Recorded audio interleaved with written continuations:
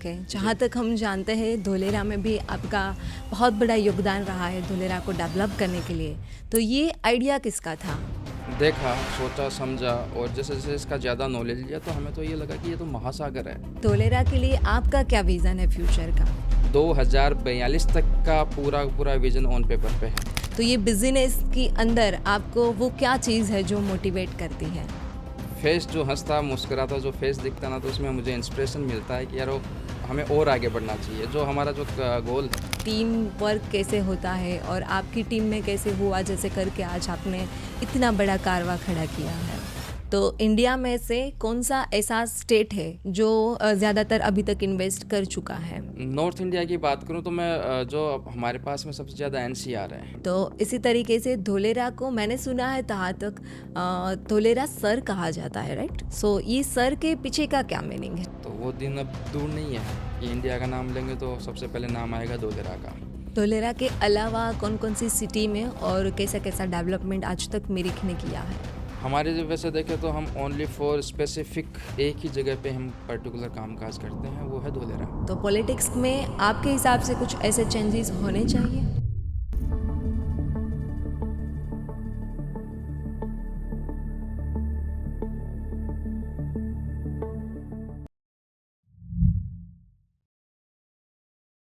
નમસ્કાર મિત્રો, દિવ્ય ભાસ્કરની આ ભારત કે નવરત્નો ફ્રોમ ગુજરાતની પોડકાસ્ટ સિરીઝ લઈને આવી ગયું છે યોર્સ પોડકાસ્ટ. હું છું તમારી હોસ્ટ પરિતા.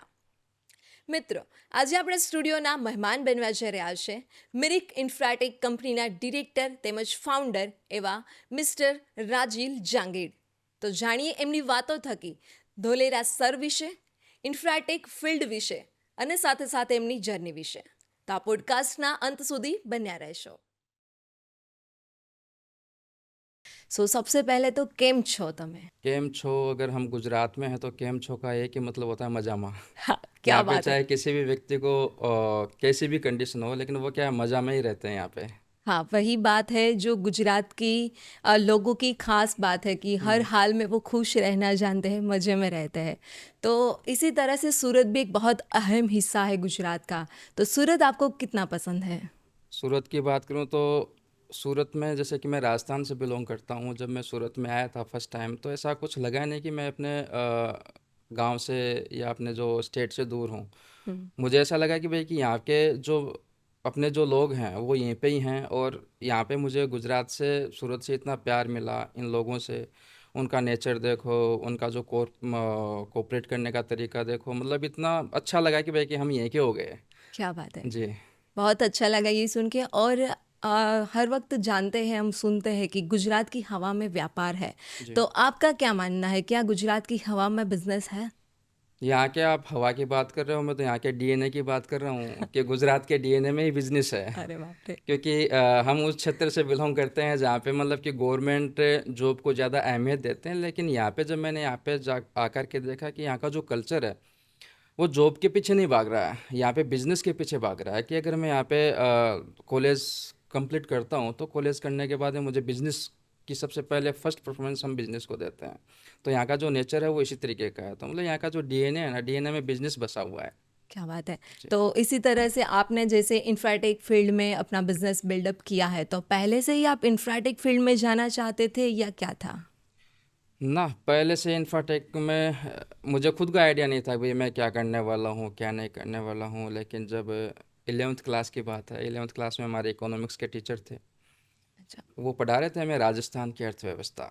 तो उस समय से कुछ ऐसा हुआ कि यार हमें भी बिजनेस करना चाहिए और हमें भी हमारे जो स्टेट है या अपना जो इंडिया है उसकी जो जीडीपी में है या उसके जो व्यापार में हिस्सा हमें लगना चाहिए, यानी कि होना चाहिए। तो मतलब कि इस तरीके से हम करें कि भाई हम भी अपना कंट्रीब्यूट करें सही बिजनेस बात है। में।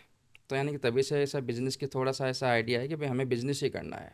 ओके, जी। जहाँ तक हम जानते हैं धोलेरा में भी आपका बहुत बड़ा योगदान रहा है धोलेरा को डेवलप करने के लिए।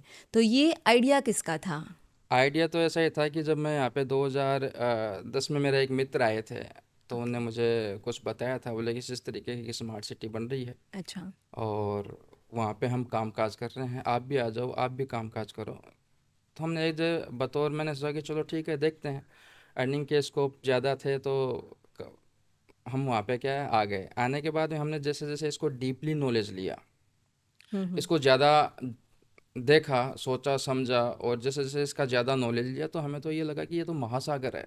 अच्छा। यहाँ पे तो हमारी लाइफ नहीं, हमारे जो नेक्स्ट जनरेशन है, ठीक है ना, उसके लिए भी व्यापार के इतने ऑप्शन हैं कि हमें कहीं दूर जाने की ज़रूरत ही नहीं है। ज़रूरत ही नहीं है। जी। और अभी तक आपने जो भी काम किया है धोलेरा के अंदर, उसके बारे में कुछ डीपली बताना चाहोगे कि कितना आपने अभी तक डेवलप किया है और क्या होने वाला है? मैं धोलेरा में आया था 2010 में, और 2012 में मैंने अपनी खुद की कंपनी स्टार्टअप की थी। अब 2012 से लेकर के 2024 हो गया, लगभग 12 साल की जर्नी हो गई हमारी हम्म। अपने खुद के बिजनेस में। तो मैंने यहाँ पे लगभग 14 से 15 प्रोजेक्ट्स हैं, वो मैंने ओके। कंप्लीट सक्सेसफुल करके अपने जो भी इन्वेस्टर्स हैं उनको हैंड ओवर किए हैं। वो मेरे लिए अच्छा मैं अचीवमेंट मान सकता हूँ। जो हम्म। अपने जो भी इन्वेस्टर हैं उनका जो फेथ हमारी कंपनी पे बना हुआ है, तो उसकी वजह से हम आज इस मुकाम पे पहुँचे हैं। हाँ, वो तो बात सही, क्योंकि विश्वास से ही सब चीज़ें जी। कायम रहती है। और जो धोलेरा की अभी कल्चर है और जो भी वहाँ की बातें हैं उनके बारे में कुछ आप बताना चाहोगे? धोलेरा के बारे में बताऊं तो जो धोलेरा है ये एक इंटरनेशनल प्रोजेक्ट है आज के दिन। और ओके। मैं ऐसा सोचता हूं कि यहाँ पे जो धोलेरा के लिए जो लैक ऑफ नॉलेज, लोगों में अभी तक नॉलेज की कमी है कि भाई धोलेरा, वो तो सोचते हैं कि ये स्टेट गवर्नमेंट का प्रोजेक्ट है। लेकिन जो धोलेरा है वो इंटरनेशनल प्रोजेक्ट है। ये डीएमआईसी का पार्ट है। इसमें जापान गवर्नमेंट और इंडियन गवर्नमेंट दोनों मिलकर के इस डीएमआईसी के जो प्रोजेक्ट है इसको कंप्लीट कर रही हैं, और डीएमआईसी का ही प्रोजेक्ट है धोलेरा। तो जो धोलेरा में जो कनेक्टिविटी आ रही हैं, जो डीएमआईसी को सक्सेसफुल करने में सबसे पहले क्या चाहिए, यातायात के साधन चाहिए, कनेक्टिविटी चाहिए। तो यहाँ पे हम्म। कनेक्टिविटी में कार्गो इंटरनेशनल एयरपोर्ट आ चुका है यहाँ पे, जिसका कामकाज कंप्लीट हो रहा है, लगभग 2026 में रनिंग में भी आ जाएगा। ओके। उसके बाद में एक्सप्रेस वे, जो ओके। अहमदाबाद से धोलेरा के लिए 110 किलोमीटर का एक्सप्रेस वे बन रहा है। उसके बाद में हम बात करते हैं कि यहाँ का जो इंफ्रास्ट्रक्चर जो है, जो एक हम्म। कंपनी को, कोई भी कंपनी, बड़ी कंपनी आती है तो वो आने के बाद में प्लग एंड प्ले जो फैसिलिटी है वो गवर्नमेंट हमें यहाँ पे प्रोवाइड करवा रही है। तो बहुत ही अच्छा है और ज़बरदस्त है, एक इन्वेस्टर के लिए भी और एक जो भी बिजनेसमैन है हम्म। या बड़ी बड़ी कंपनियां उनके लिए भी, क्योंकि वहाँ यहाँ पे उनको plug and play facility provide करवा रही है गवर्नमेंट। मतलब कि धोलेरा एक ऐसा सिटी अभी है जो हर एक व्यक्ति के लिए बहुत फ़ायदेमंद रहने वाला है, आगे जाके फ्यूचर के लिए बहुत अच्छा है। जी, 100% तो से इसी है। तरीके से धोलेरा के लिए आपका क्या विज़न है फ्यूचर का? धोलेरा का विज़न तो आप हमारी कंपनी के विज़न से भी, हम तो यानी धोलेरा के विज़न से हमने हमारी कंपनी का विज़न बनाया है कि सही बात है। हमारे पास में ऑन पेपर पे आज के दिन 2042 तक का पूरा पूरा विज़न ऑन पेपर पे है, और वो भी धोलेरा से रिलेटेड ही है। तो आप इससे आप देख सकते हो कि धोलेरा कहाँ तक जाने वाला है, और धोलेरा का जो विज़न है वो अनबिलीवेबल, यानी कोई सोच भी नहीं सकता इतना ज़बरदस्त वहाँ पे। मतलब मैंने आपको स्टार्टिंग में कहा था कि महासागर है धोलेरा, तो आप उसमें जितना गहरा जाओगे उतने आपको मोती मिलेंगे। मिलेंगे, सही जी। बात है। लाइफ में इतना सारा काम रहता है, जैसे कि बहुत बिजनेस आपने एक्सपांड किया है जैसे कि आपने बताया, तो ये बिजनेस के अंदर आपको वो क्या चीज़ है जो मोटिवेट करती है? बिज़नेस के अंदर तो सबसे पहली चीज़ है कि जब मैं बिज़नेस के बारे में सोचता हूँ तो मुझे मेरे इन्वेस्टर हैं या बिज़नेस पार्टनर हैं उनके चेहरे दिखते हैं। अच्छा। उनका जो फेस, जो हंसता मुस्कुराता जो फेस दिखता है ना, तो उसमें मुझे इंस्पिरेशन मिलता है कि यार वो हमें और आगे बढ़ना चाहिए। जो हमारा जो गोल है, जो 2030 तक हमें कंप्लीट करना है, उस गोल को, वो तो गोल दिखता है लेकिन साथ में हमारे जो हैप्पी फेसेस जो दिखते हैं इन्वेस्टर के, तो उससे क्या हम मोटिवेट भी रहते हैं और वो सारी चीज़ें हम अचीवमेंट करते हैं कर उससे। सकते हैं, सही बात है। और इसी तरीके से जब बिजनेसमैन जो भी होते हैं उनके लिए ये बिजनेस तो होता ही है और साथ में एक पर्सनल लाइफ भी होती है। तो ये पर्सनल लाइफ और प्रोफेशनल लाइफ एक आप कैसे बैलेंस करते हो? प्रोफेशनल लाइफ में मैं अपने आप को ज़्यादा मार्क्स दूंगा, क्योंकि जो पर्सनल लाइफ है, पर्सनल लाइफ में तो इतना ज़्यादा कुछ खास नहीं है, क्योंकि चाहे घर वाले हैं, घर परिवार वाले सब नाराज़ ही रहते हैं कि हमें टाइम नहीं मिलता। लेकिन फिर भी हमारी अर्धांगिनी है, मैं उसको हाँ। थैंक्स बोलना चाहता हूँ, क्योंकि हमारे जिस तरीके की कंडीशन थी स्टार्टिंग में जब हम आए, तभी वो मेरे साथ में थी और आज भी वो मेरे साथ में है। तो उसको स्पेशल थैंक्स बोलना चाहूँगा कि भाई, कि अगर मैं फैमिली को टाइम नहीं देता उसके बावजूद भी वो, अगर ऐसा अच्छे ऑपरेट हंसी खुशी करते से हैं। हम मिलते हैं, सारी चीज़ें होती हैं, तो मतलब अच्छा लगता है कि भाई हाँ, परिवार हमारे पास हमारे साथ में है, सपोर्टेबल है, चाहे मैं उनको टाइम नहीं दे पा रहा इसकी वजह से भी। सही है। जी। ऐसा कभी हुआ है कि लाइक कोई फैमिली मेंबर नाराज़ हो गए और आपको किसी तरीके से उनको मनाना पड़ा हो, या कुछ ऐसा एक्स्ट्रा अफोर्ट देने पड़े हो कि जो पर्सनल लाइफ है उसे भी हमें बैलेंस करना चाहिए उस हिसाब से? वैसे तो ऐसा कोई इंसिडेंट मुझे मेरे सामने आया नहीं है, क्योंकि मेरी जो फैमिली है वो सपोर्टेबल ही है हम्म। हमेशा। अब जैसे कि मैं लगभग नहीं नहीं करते भी पर डे 18 घंटे काम काज करता हूँ आज भी। अगर कभी भी हो, रात को 2 बजे से पहले हम सोते नहीं हैं, मतलब बिजनेस वर्क की हिसाब से भी। लेकिन फिर भी क्या वो सपोर्टेबल रहते हैं, तो मतलब नाराज़ होने वाला तो कभी आज तक कोई बना नहीं है कि हम कभी वो फैमिली मेम्बर नाराज़ हुए हों। हाँ, तो बच्चे लोग ज़रूर हैं, वो बोलते हैं पापा हमें टाइम नहीं देते हैं। वो तो नादान है, उनको जी। तो हर वक्त हमारा वक्त चाहिए होता जी। है। और इसी तरीके से जैसे आपने बताया कि हुँ। ये सब जो भी आपने खड़ा किया, जितना भी आपने बिल्डअप किया है अपना बिजनेस, उसके पीछे मेन रीज़न मेहनत है। जी। तो ये मेहनत करने के बारे में और बिजनेस को डेवलप करने के लिए जो हमें कॉन्सेंट्रेट रहना चाहिए, उनके बारे में आप कुछ कहना चाहोगे? बिज़नेस डेवलपमेंट करने के लिए तो यही है कि सबसे पहले हमारी बड़ी सोच होनी चाहिए। हम्म। आप चाहे कहीं पे भी हो, किसी भी व्यापार क्षेत्र में हो, किसी भी सेक्टर में हो, अगर आपकी थिंकिंग अगर बड़ी रहती है, सपने बड़े रहते हैं। क्योंकि व्यक्ति क्या है, कई व्यक्ति होते हैं वो नीड के हिसाब से ज़िंदगी जीते हैं, और कई व्यक्ति होते हैं वो सपने के हिसाब से ज़िंदगी जीते हैं। और मेरा मानना है कि अगर हम सपने के हिसाब से ज़िंदगी जिएंगे तो नीड तो ऑटोमेटिकली फुलफ़िल होती है। या राइट। अब अगर सपने अगर हमें पूरे करने हैं तो उसके लिए हमें हार्ड वर्क के लिए तो तैयार रहना ही रहना पड़ेगा, any time. Any time, right. तो उसके लिए चाहे दिन हो चाहे रात हो, हमें वो देखना नहीं पड़ता, और पागल बनना पड़ता है। हमें हमारे अचीवमेंट को, गोल को पूरा करने के लिए हमें पागल बनना पड़ता है। तभी जाके वही सक्सेस हुआ है मिलती आज है। भी, जैसे कि हम देखते हैं कि सोते हुए भी हम धोलेरा ही देखते हैं। सोचते हैं, देखते हैं। जब जागते हैं तो सबसे पहले धोलेरा ही देखते हैं, हमारे सामने धोलेरा ही आता है। तो आपके जीवन में अभी धोलेरा एक अहम हिस्सा बन चुका अहम है, हिस्सा जो बन चुका हर वक्त आप उनको ही देखते हो। है। जी। सही बात है। और इसी तरीके से जब हम कोई भी बिजनेस के लिए मेहनत करते हैं, हम आगे बढ़ते हैं, तो बहुत टाइम ऐसा होता है कि हमारा डाउनफॉल भी आता है। जी। कि कई बार मतलब कोई भी मेहनत या कोई भी सक्सेस ऐसी नहीं होती जो डाउनफॉल के बिना मिली हो। तो आप उनके बारे में कुछ बताना चाहोगे कि आपने डाउनफॉल को कैसे हैंडल किया? डाउनफॉल को तो हमने, जैसे कि हमने जब बिजनेस स्टार्टअप किया उसके बाद में काफ़ी ऐसे टाइम आया कि भाई डाउनफॉल ज़्यादा आया। क्योंकि हम धोलेरा के बारे में बताते हैं, अपने प्रोजेक्ट्स के बारे में बताते हैं, ये गवर्नमेंट के प्रोजेक्ट्स के बारे में बताते हैं, तो व्यक्तियों की अलग अलग तरह की धारणाएं होती हैं। हम्म। तो व्यक्ति बोलते हैं कि नहीं, ये बनेगा नहीं, और नहीं है, सेल्स इतनी ज़्यादा नहीं आती, सरवाइव कर रहे थे, सारी चीज़ें हैं। तो जब डाउनफॉल आता है तो हम उसको और मक्कम होते, ठीक है ना, कि हमें सफलता प्राप्त करनी है, और 100% से हम उसमें सफल होते ही होते हैं। डाउनफॉल तो देखो एक हिस्सा है ज़िंदगी का, हम्म। और डाउनफॉल से हमें कुछ नया सीखने को मिलता है। ऐसा नहीं है कि हमने आज स्टार्टिंग किया है, स्टार्टिंग में हम सफल होते हैं। लगभग हमें किसी भी क्षेत्र में अगर सफल होना है तो हमें 10 से 12 बार तो हमें असफलता की राह चुननी चुननी होती है। वो तो जी। 100% से आएगा ही आएगा। हाँ। तो ऐसा नहीं है कि एक दिन में ही हम सफल होते हैं। हाँ, डाउनफॉल काफ़ी बार आता है, और उसमें हम बहुत कुछ सीखने की कोशिश करते हैं और सीखते भी हैं। उसी से ही हमें क्या है, हमारे अचीवमेंट्स हैं, अचीवमेंट भी प्राप्त होते हैं, वो डाउनफॉल से सीखते हैं तो ही होता है। जी जी। जी। तो ऐसा कोई डाउनफॉल हो जिससे आपने बहुत अच्छा कुछ सीखा हो, या कुछ ऐसा मेमोरेबल रहा हो, ये ऐसा कुछ शेयर करना चाहेंगे? डाउनफॉल की मैं बात बात करूं तो एक बार ऐसा हुआ था कि भाई कि मैं कमिटमेंट का पक्का हूं। अच्छा। तो एक बार ऐसा, ज़मीन है, ज़मीन हमने ली हुई थी। तो मेरे जो खेडूत हैं, किसान हैं, उनको मैं पैसा देना था। ये इसी की बातचीत चल रही थी अपना, कोरोना से पहले की लगभग। हम्म। मतलब कोरोना का टाइम ही था, अब हर जगह क्राइसिस था पेमेंट का। Of course. लेकिन कमिटमेंट का पक्का होने की वजह से क्या हुआ, मैंने अपने बीबी के गहने हैं, गहने भी गिरवी रखे, और गिरवी रख करके उनको पेमेंट किया। तो डाउनफॉल का ऐसी कंडीशन मैंने ज़िंदगी में नहीं देखी थी। लेकिन क्या है, कमिटमेंट के पक्के हैं तो मतलब कमिटमेंट हम पूरा 100% से करते ही करते हैं। फिर ये सब जी। कवर कैसे हुआ? कवर अप देखो, हम हमारे इन्वेस्टरों का भरोसा हमेशा बनाए रखा है कंपनी के ऊपर। आज लगभग 12 से 13 साल हो गए हैं। हम्म। तो एक भी इन्वेस्टर ऐसा नहीं है हमारा जो कंपनी की तरफ अंगुली भी कर सके। इतना फेथ हमने हमारे इन्वेस्टरों के ऊपर बनाया है, या इन्वेस्टरों का फेथ हमारी कंपनी के ऊपर है।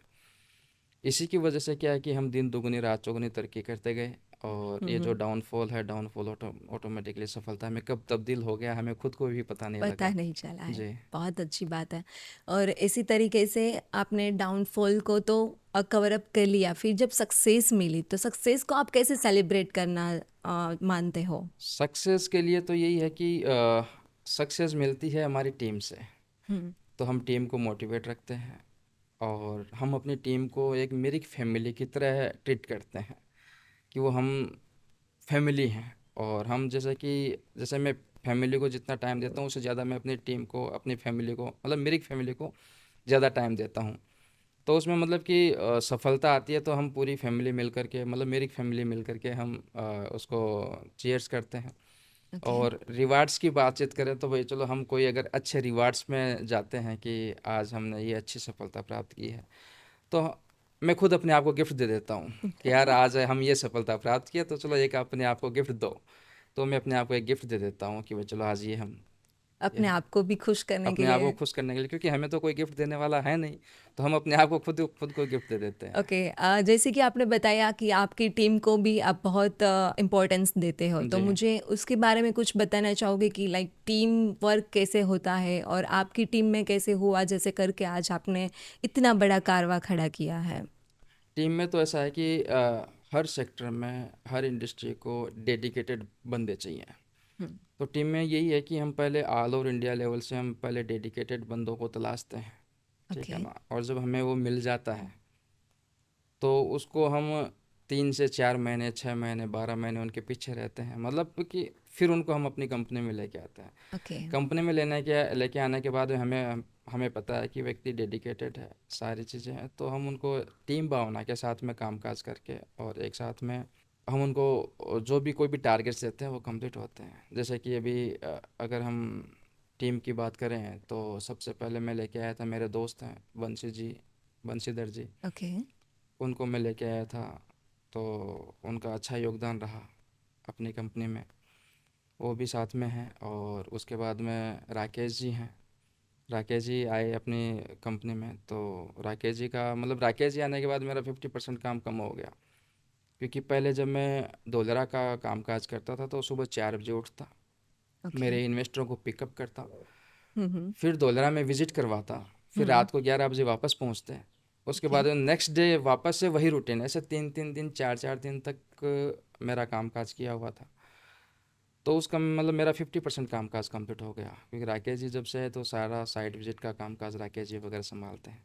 हम्म। फिर एक जिगिसा मैडम है, वो आई। ओके। उसके बाद में उनका जो कामकाज था टीम को हैंडलिंग करना, वो सारी चीज़ें हुई। फिर सुरेंद्र जी आए, जो अपना जो ओके। टीम का जो मार्केटिंग का है, जो खूबसूरत जो मतलब मार्केट में पेश करते हैं, ब्रोशर है, डिज़ाइने हैं, टोटल आईटी का कामकाज वो हैंडल करते हैं। तो मतलब एकदम अभी स्मूथली चल रहा है, तो सारे के सारे टीम जो है अपने अच्छे से कामकाज कर रही है। तो हमें अच्छा लगता है कि पूरा सबके सबके टीम भावना से हम कामकाज करते, तो ओके। इसी तरीके से आज जैसे आपने लास्ट में बताया कि मार्केटिंग अच्छी तरीके से करते हैं, जी। तो मार्केटिंग फंडा के बारे में आप कुछ बताना चाहोगे? जो भी हमारे व्यूअर्स है, जो भी न्यू बिगनर्स है, बिजनेसमैन है, तो उनको भी कुछ हेल्प आपसे मिल पाए। मार्केटिंग के लिए तो यही है कि हमें लोगों की नज़रों में एनी टाइम रहना पड़ेगा, चाहे ओके। वो सोशल मीडिया के द्वारा हो, चाहे प्रिंट मीडिया के द्वारा हो, चाहे अपने ये जो चाहे एफएम वगैरह है, किसी में वो अगर हम व्यक्तियों की, लोगों की निगाहों में रहेंगे, कहीं ना कहीं आते रहेंगे, तो ऑटोमेटिकली मार्केटिंग भी होगी और अपना बिजनेस भी ग्रोथ होगा। आपके जो बिजनेस है अभी तक के, जी। उसमें आपको कौन से प्लेटफॉर्म के मार्केटिंग से ज़्यादा प्रॉफिट हुआ हो, ऐसा कुछ आपने अगर नोटिस किया हो तो? हमने तो यही है कि हमारा जो माउथ पब्लिसिटी है वो हमारा सबसे मेन बड़ा हथियार है। ओके। जी, क्योंकि हम हमारे जो बिजनेस पार्टनर हैं या जो हमारे इन्वेस्टर हैं, वही हमारा इतनी माउथ पब्लिसिटी कर देते हैं कि हमें इनमें ज़्यादा जाने की ज़रूरत नहीं है। लेकिन फिर भी क्या है, प्रिंट मीडिया का है या सोशल मीडिया का तो योगदान रहता ही रहता है एनी टाइम। आप कभी भी देख लो, इनका सबसे बड़ा योगदान रहता है। मतलब कि मिरिक आज लग पड़ा है धोलेरा को जन जन तक पहुंचाने के लिए, जी। राइट? जी। सो इसी के बाद में बहुत अच्छा लगा ये सब सुनकर। तो आप इंडिया को कैसे कंट्रीब्यूट कर रहे हो? जो भी आपका प्रोजेक्ट है, आपका विज़न है, इसमें से आपको इंडिया को कैसे कंट्रीब्यूट करना चाहते हो? इंडिया की अगर मैं बातचीत करता हूँ तो इंडिया ग्रोइंग सिटी है अभी। इकोनॉमी की जो गवर्नमेंट है, गवर्नमेंट भी इसका अच्छा योगदान है, क्योंकि चाहे गवर्नमेंट कोई भी हो, अब सबके सबके आए देश को आगे बढ़ाने की तरफ अग्रसर करते हैं। तो इसमें हम्म। इंडिया की जो इकोनॉमी है, हाँ हाँ। इकोनॉमी को ग्रो ग्रो मिल रहा है। जैसे कि अभी कोई, जैसे कि गवर्नमेंट आती है तो नया इनिशिएटिव लेती हैं। अभी की जैसे गवर्नमेंट ने अपने इंडिया में नया स्मार्ट सिटी का इनिशिएटिव लिया था, उसके हम्म। बाद में इंफ्रास्ट्रक्चर का लिया है। ओके। इससे क्या है कि जो लोगों को रोज़गारी है, रोज़गार के अवसर हैं वो भी मिलते हैं। और हम बात करते हैं कि पहले जो इंडिया का जो पैसा जो फॉरेन में जाता था ओके। इन्वेस्ट होने के लिए, या। अब वो जो फॉरेन का पैसा वापस इंडिया में आ रहा है, क्योंकि जो फॉरेन में जो फैसिलिटी उनको प्रोवाइड होती थी, मिलती थी, वही फैसिलिटी अगर आपको इंडिया में मिल रही है तो सब अधिकतर जो इन्वेस्टमेंट है वो अभी इंडिया में वापस आ रहा है। जी। सही बात है। तो इसी तरीके से आपने जो भी अभी तक किया है, तो धोलेरा का क्या contribute all over India level पे रहा है, ये कुछ आप थोड़ा क्लियरिफाई करोगे प्लीज? धोलेरा का अगर मैं कंट्रीब्यूट देखूं तो जिस तरीके से हम अगर इंडिया की बात करते हैं तो नॉर्थ इंडिया में जैसे हमने गुड़गांव को डेवलप होते हुए देखा है, ओके। नोएडा को डेवलप होते हुए देखा है। तो वहाँ के जो बंदे हैं उन्होंने पहले था घर की मुर्गी दाल बराबर बोलते हैं ना, वैसे ही उनके हम्म। सामने ज़मीन, तो बोले कि यहाँ पे क्या करना है, यहाँ पे तो ये मेरे सामने ही ज़मीन है। अच्छा। अब जब वहाँ की जो ज़मीनें हैं वो 20 साल में लगभग 50 गुना से लेकर के 100 गुना तक रिटर्न दिया है लोगों को। बराबर। ठीक है ना, तो उनने उस चीज़ को, वो मौका था, वो मौका उनके हाथ से निकल गया। अब वहाँ के जो नॉर्थ इंडिया की मैं बात करता हूँ तो नॉर्थ इंडिया के जो भी इन्वेस्टर सोचते हैं कि यार वो जो मौका था जो निकल गया हमारे हाथ से, वो अब वापस धोलेरा में आ रहा है और धोलेरा में आ गया है। तो वहाँ पे अच्छा खासा कामकाज चल रहा है और ऑल ओवर इंडिया से धोलेरा को बहुत ज़बरदस्त सपोर्ट मिल रहा है। ऑल ओवर इंडिया से ही नहीं, ऑल ओवर वर्ल्ड से मिल रहा है। जैसे ओके। आज मैं अपनी कंपनी के बारे में बात करूँ तो आज हमारे पास में 8 कंट्री से ओके। और 25 स्टेट से इन्वेस्टर हैं। तो बराबर। आप इससे आप अंदाज़ा लगा सकते हैं कि भाई कि पूरा इंडिया है, पूरा इंडिया जो है वो धोलेरा को सपोर्ट कर रहा है और उनको समझ में आ रहा है कि भाई यहाँ पे इन्वेस्टमेंट करना चाहिए और बहुत बड़ा यहाँ पे स्मार्ट सिटी डेवलप हो रहा है। बहुत बड़ा स्कोप आज धोलेरा बन चुका है। जी। तो इंडिया में से कौन सा ऐसा स्टेट है हम्म। जो ज़्यादातर अभी तक इन्वेस्ट कर चुका है? नॉर्थ इंडिया की बात करूँ तो मैं जो हमारे पास में सबसे ज़्यादा एनसीआर है, एनसीआर में से सबसे ज़्यादा आ रहा है बिजनेस, क्योंकि उन्होंने अपने सामने नोएडा तो देखा ही था, गुड़गांव देखा ही था, तो उनको ओके। बनते हुए तो वो सोचते हैं कि यार ये मौका हम अब दोबारा से चूकना नहीं चाहते। हम ऐसा करते हैं कि वहाँ पे इन्वेस्ट, क्योंकि वहाँ के लिए तो ये जो रेट है, ठीक है ना, वो बहुत ही नॉमिनल रेट है। हम्म। वहाँ पे लगभग 1.5 लाख रुपए वार का भाव समथिंग चल रहा है। यहाँ पे जब उनको 5-6-7 हज़ार रुपये वार में मिल रहा है तो उनके लिए तो बहुत ही नॉमिनल है। और वहाँ ओके। से अच्छा यहाँ पे प्लेटफॉर्म मिल रहा है, इंफ्रास्ट्रक्चर अच्छा मिल रहा है, रोज़गार के साधन ज़्यादा मिल रहे हैं। और जो व्यक्ति अभी जो न्यू जनरेशन है, हम्म। तो न्यू जनरेशन को भी अब वहाँ पे रोज़गार के जो साधन हैं या रोज़गार के जो भी चीज़ें हैं एकदम अच्छे से यहाँ पे सुलभ हो जाएंगे, अपना ओके। रोज़गार बिजनेस बढ़ा सकते हैं। इसकी वजह से यहाँ पे अच्छा चल रहा है अभी। बराबर है। तो इसी के साथ जैसे कि आपने बताया कि इतने कम दाम में भी आप इन्वेस्ट कर सकते हो और बहुत अच्छा प्रॉफिट में मिल सकता है, तो ये कितना टाइम लग सकता है? अगर मान लीजिए कि अगर किसी ने आज या इसी साल कुछ इन्वेस्ट किया है, तो कितना टाइम पकड़ के उनको चलना चाहिए कि तब जाके उनको एक अच्छा प्रॉफिट मिलेगा, तब जाके एक डेवलप सिटी बनेगा धोलेरा? देखो, अगर मैं बातचीत करूं, चाहे ये धोलेरा हो चाहे कहीं दूसरी जगह पे हो, जहाँ पे अगर गवर्नमेंट इनरोलमेंट होती है जिस प्रोजेक्ट में, ओके। तो उस प्रोजेक्ट को थोड़ा सा आप टाइमलाइन आपको लेना पड़ेगा। अगर आप यहाँ पे धोलेरा में इन्वेस्टमेंट करते हो तो यहाँ पे गवर्नमेंट के अनुसार ही यहाँ पे डेवलपमेंट होगा, उसी की तरीके से ही रेट इंक्रीज होगी। जैसे मैंने जब स्टार्टिंग में काम काज स्टार्ट किया था तो मैं मेरे इन्वेस्टरों को बोलता था कि आपको 10 साल तक अगर आपके पास में होल्डिंग पावर है, होल्ड करने की ताकत है, तो अब आप धोलेरा में इन्वेस्टमेंट कर सकते हो। ये मैंने उनको 2012-13 में कहा था। अच्छा। और आज उनका जो होल्ड जो इन्वेस्टमेंट किया हुआ तो काफ़ी मल्टीप्लाई हुआ है, 5 to 6 टाइम मल्टीप्लाई हो चुका है। और वैसे ही है, क्योंकि जो धोलेरा है वो कोई शॉर्ट प्रोजेक्ट नहीं है, क्योंकि ओके। एक बिल्डिंग को बनने में भी 3 से 4 साल लगते हैं। धोलेरा तो पूरा पूरा 920 स्क्वायर किलोमीटर का पूरा जाइंट स्मार्ट सिटी डेवलप हो रहा है, तो उसको बनने में देखो टाइम लगेगा। और गवर्नमेंट भी क्या है कि फेज़ वाइज यहाँ पे कामकाज कर रही है। ओके। तो फेज़ का जो उनने टाइमलाइन दिया है उस टाइमलाइन में गवर्नमेंट काम भी पूरा करती है, और जो उनके जो भी कमिटमेंट्स हैं गवर्नमेंट के वो टाइम टू टाइम पूरा करते हैं। यहाँ पे कोई भी प्रोजेक्ट देख लो, पूरे पूरे डेडलाइन के साथ में ही कंप्लीट होते हैं। कई व्यक्ति बोलते हैं ना कि यहाँ पे ये गवर्नमेंट के प्रोजेक्ट हैं, ओके। तो गवर्नमेंट के प्रोजेक्ट क्या टाइमलाइन में पूरे नहीं होते हैं, आधे हाँ, अधूरे हाँ। रहते हैं, लेकिन धोलेरा में ऐसा नहीं है। अच्छा। जो धोलेरा सिटी है इसमें अगर कोई भी प्रोजेक्ट आए तो डेडलाइन के साथ में कामकाज पूरा होता है। क्योंकि धोलेरा में मैं आपको बताऊं तो इसका जो मास्टर प्लानिंग का कामकाज है वो जैकॉब्स कंपनी ने किया है, जो ओके। यूएसए बेस्ड है। हुँ। और इसका जो पूरा मैनेजमेंट का कामकाज करती है वो यूएसए की कंपनी एकॉम, ओके। उनके हाथ में है। हाँ, तो वो हाँ। टोटल सारे कामकाज डेडलाइन के साथ में करती हैं और पूरी क्वालिटी के साथ में करती हैं। Quality is the main quality thing. सबसे मेन इंपॉर्टेंट है। यानी कि वर्ल्ड क्लास का अगर इंफ्रास्ट्रक्चर बनाते हैं तो मतलब क्वालिटी मेन इंपॉर्टेंट होती है इसमें। और अभी तक जो भी डेवलपमेंट हुआ है, उसमें से क्या आप बताना चाहोगे, लाइक कौन-कौन सा डेवलपमेंट वहाँ पे ऑलरेडी हो चुका है अभी? डेवलपमेंट में गवर्नमेंट ने 21.54 स्क्वायर सॉरी 22.54 स्क्वायर किलोमीटर में एक्टिवेशन एरिया जो है वो फाइनलाइज कर दिया है। ओके। इंफ्रास्ट्रक्चर वहाँ का कंप्लीट कर दिया है। अब हुँ, वहाँ पे हुँ। जो कोई भी बड़े सेक्टर आएंगे, कंपनी आएंगी, वो प्लग एंड प्ले के द्वारा तुरंत वहाँ पे प्रोडक्शन स्टार्ट कर सकती हैं। इस तरीके ओके। की गवर्नमेंट ने फैसिलिटी वहाँ पे प्रोवाइड करवा दी है।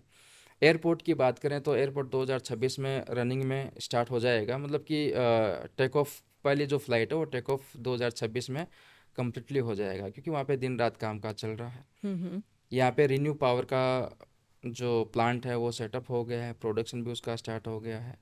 जो 5000 मेगावाट का जो सोलर पावर प्लांट है उसमें से 300 मेगावाट का जो सोलर पावर प्लांट है जो टाटा के द्वारा है उसका भी प्रोडक्शन स्टार्ट हो चुका है। ओके। और बहुत सारी काफ़ी कंपनियां हैं जिन्होंने यहाँ पे इन्वेस्टमेंट कर दिया है, उनको लैंड एलोकेट हो चुकी है।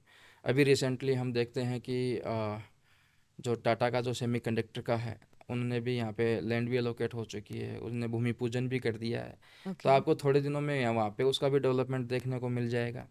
फिर वेदांता कंपनी है, वेदांता कंपनी ने भी यहाँ पे काफ़ी इन्वेस्टमेंट किया है, उन्होंने भी सेमीकंडक्टर का किया है। ओके। तो उनका भी कुछ समय में सब यानी इन जितनी भी कंपनियां हैं हुँ, सबका यहाँ हुँ। पे आपको प्रोडक्शन है वो देखने को मिलेगा। बहुत सारी कंपनियां हैं जो आज धोलेरा में इन्वेस्ट कर चुकी है, जी। और बहुत सारा डेवलपमेंट भी हो गया है, जी। जिनकी वजह से आज धोलेरा बहुत ही उभर के आ रहा है। हम्म। तो इसी तरीके से धोलेरा को मैंने सुना है तहाँ तक धोलेरा सर कहा जाता है, राइट? सो ये सर के पीछे का क्या मीनिंग है? सर का पीछे का मतलब यही है कि एक्ट बना है ओके। गवर्नमेंट ने एक्ट बनाया है। क्योंकि अगर मैं बात करूं कि SIR एक्ट, तो वर्ल्ड में सबसे पहला SIR एक्ट लाने वाली कंट्री है चाइना। ओके। और उसका पहला जो सबसे पहला SIR डेवलप हुआ वो हुआ संघाई। आज अगर हम संघाई। चाइना का नाम लेते हैं तो सबसे पहले कौन सा नाम निकलता है? संघाई। संघाई। तो वो दिन दूर नहीं है कि जिस दिन धोलेरा का अगर इंडिया का नाम लेंगे तो सबसे पहला नाम निकलेगा धोलेरा। धोलेरा। क्योंकि SIR एक्ट सबसे पहले इंडिया में लाने वाला या लागू करने वाला स्टेट है गुजरात। और सबसे पहले इंडिया का जो SIR बन रहा है वो धोलेरा है। तो धोलेरा जो है वो इंडिया का सबसे पहला SIR है। अब जैसे कि मैं बात करता हूँ कि SIR एक्ट है, SIR एक्ट के तहत अब बहुत बार बोलते हैं कि भाई मोदी जी फॉरेन ट्रिप करते हैं। ओके। अब 2014 में जब वो प्रधानमंत्री बने तो फॉरेन ट्रिप पे निकल गए थे। हाँ।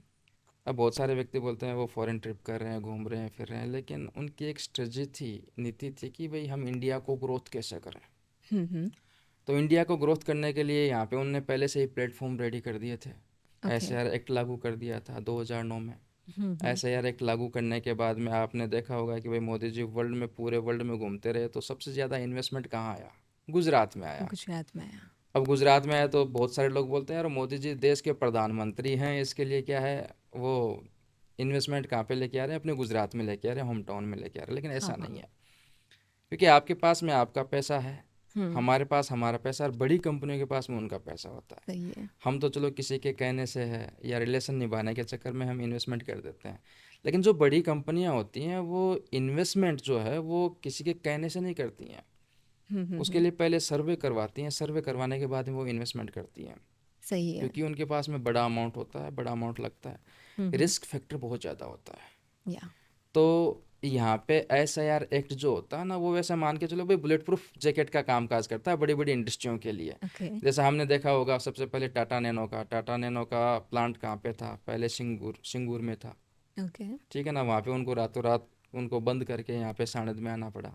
हम्म। तो ऐसी कंडीशन किसी दूसरे इंडस्ट्री के साथ में नहीं है, तो उनकी सेफ्टी सिक्योरिटी के लिए ये SIR एक्ट बना है। तो बड़ी बड़ी कंपनियां ने गुजरात में इन्वेस्टमेंट किया है। वो गुजरात में इन्वेस्टमेंट करने का मेन रीज़न ही यही था कि यहाँ पे SIR एक्ट लागू है, स्पेशल इन्वेस्टमेंट रीजन, ओके। क्योंकि उनको सेफ्टी सिक्योरिटी प्रदान करती है गवर्नमेंट। वो एक्ट कानून जो है वो प्रदान करता है, इसके लिए सबसे ज़्यादा इन्वेस्टमेंट गुजरात में आया है। तो SIR एक्ट लागू करने के लिए मैं अपने माननीय प्रधानमंत्री जी को बहुत बहुत धन्यवाद देना चाहता हूँ कि उनने हमारे लिए, अपने गुजरात के लिए ऐसी अच्छी अपॉर्चुनिटी उन्होंने प्रदान की है कि SIR एक्ट लागू करने के बाद में बहुत सारी कंपनियों का इन्वेस्टमेंट यहाँ पे हुआ है। जी तो जी। बहुत बहुत उनको धन्यवाद। इसी तरीके से जैसे आपने बताया, तो धोलेरा आगे जाके पूरे इंडिया को रिप्रेजेंट करने वाला है, राइट? लाइक धोलेरा इतना डेवलप होगा तो इंडिया को वो रिप्रेजेंट करेगा। कहीं ना कहीं तरीके से जो भी टेक्नोलॉजीज़ वहाँ पे बिल्डअप होने वाली है, तो उस हिसाब से आप क्या बताना चाहोगे धोलेरा और इंडिया के कनेक्शन के बीच में? मैंने जैसे कि एक बात पहले ही स्पष्ट की थी कि जिस तरीके से आज हम चाइना का नाम लेते हैं तो सबसे पहले किसका नाम निकलता है? संघाई का। संघाई का। तो वो दिन अब दूर नहीं है कि इंडिया का नाम लेंगे तो सबसे पहले नाम आएगा धोलेरा का, क्योंकि धोलेरा में वर्ल्ड क्लास के इंफ्रास्ट्रक्चर हैं।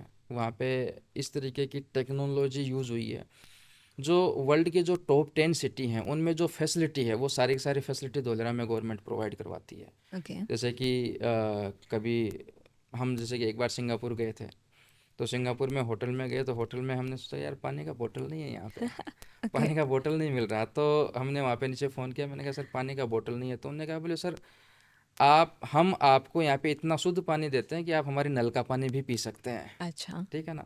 तो मतलब कि वही टेक्नोलॉजी जो गवर्नमेंट है वो धोलेरा में लेके आ रही है, यानी कि वो इतना शुद्ध पानी आएगा कि भाई नल का भी हम पानी वहाँ पे पी सकते पी हैं। तो सकते मतलब कि हैं। इस तरीके की फैसिलिटी गवर्नमेंट यहाँ पे प्रोवाइड करवा रही है।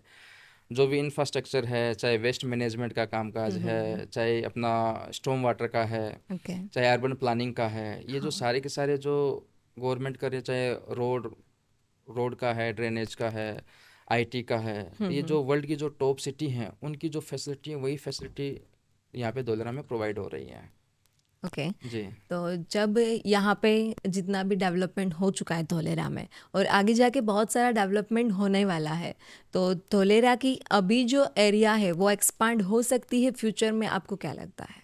गवर्नमेंट ने, देखो गवर्नमेंट कोई भी प्रोजेक्ट करती है ना हम्म। बड़ा, तो 100 साल आगे का सोच करके करती है। जी जी। अब जैसे यहाँ पे मैं गुजरात के इन्वेस्टरों को बोलता हूँ कि धोलेरा में आप इन्वेस्टमेंट करो, तो उनका एक ही वर्ड आता है, ત્યાં તો કાંઈ નથી, ત્યાં તો પોપડો છે, ત્યાં તો કાંઈ નથી થવાનું। ठीक है ना। बराबर है। तो उनका मतलब जो वो घर की मुर्गी दाल बराबर जैसी बात है ना, वो होता है। लेकिन हमारे से भी सुपीरियर लोग आगे ऊपर बैठे हैं, सही जो है। अगर धोलेरा का अगर उन्होंने प्रोजेक्ट का अगर विजन लिया है हम्म। तो 100 साल आगे की प्लानिंग का लिया है।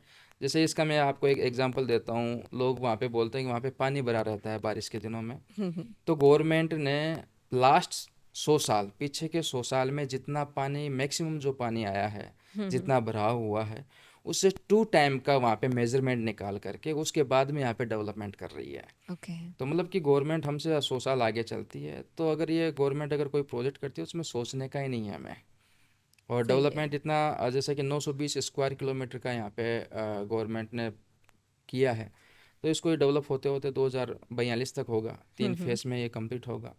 हम्म। तो एक्सपेंड तो होगा ही होगा। एक्सपेंड तो जैसे कि मैंने एक चीज़ देखी है धोलेरा के लिए, कि हमारी कोई भी सिटी है हम्म। वो पहले बीच में होती है, फिर ऐसे धीरे धीरे फैलती है। फैलती है, राइट। बल्कि धोलेरा ऐसा है कि जो बाहर से डेवलप होते होते अंदर तक अंदर जा आ रहा रहा है। है। तो मतलब धोलेरा के लिए बिल्कुल जस्ट उल्टा है, यहाँ पे जो बाहर से डेवलप होते होते अंदर की साइड में डेवलपमेंट हो रहा है। ओके।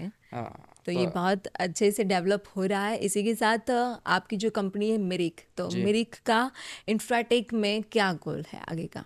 इन्फ्राटेक में हमारा जैसे कि हमारा 2042 तक का जो है वो प्लान आज तक, आज भी रेडी है। हम्म। हम धोलेरा में तो हम साथ में है ही हैं। धोलेरा के में जैसे कि हम जैसे अभी रेजिडेंशियल प्लॉट है, इंडस्ट्रियल प्लॉट है, ये तो हम डेवलप कर ही रहे हैं।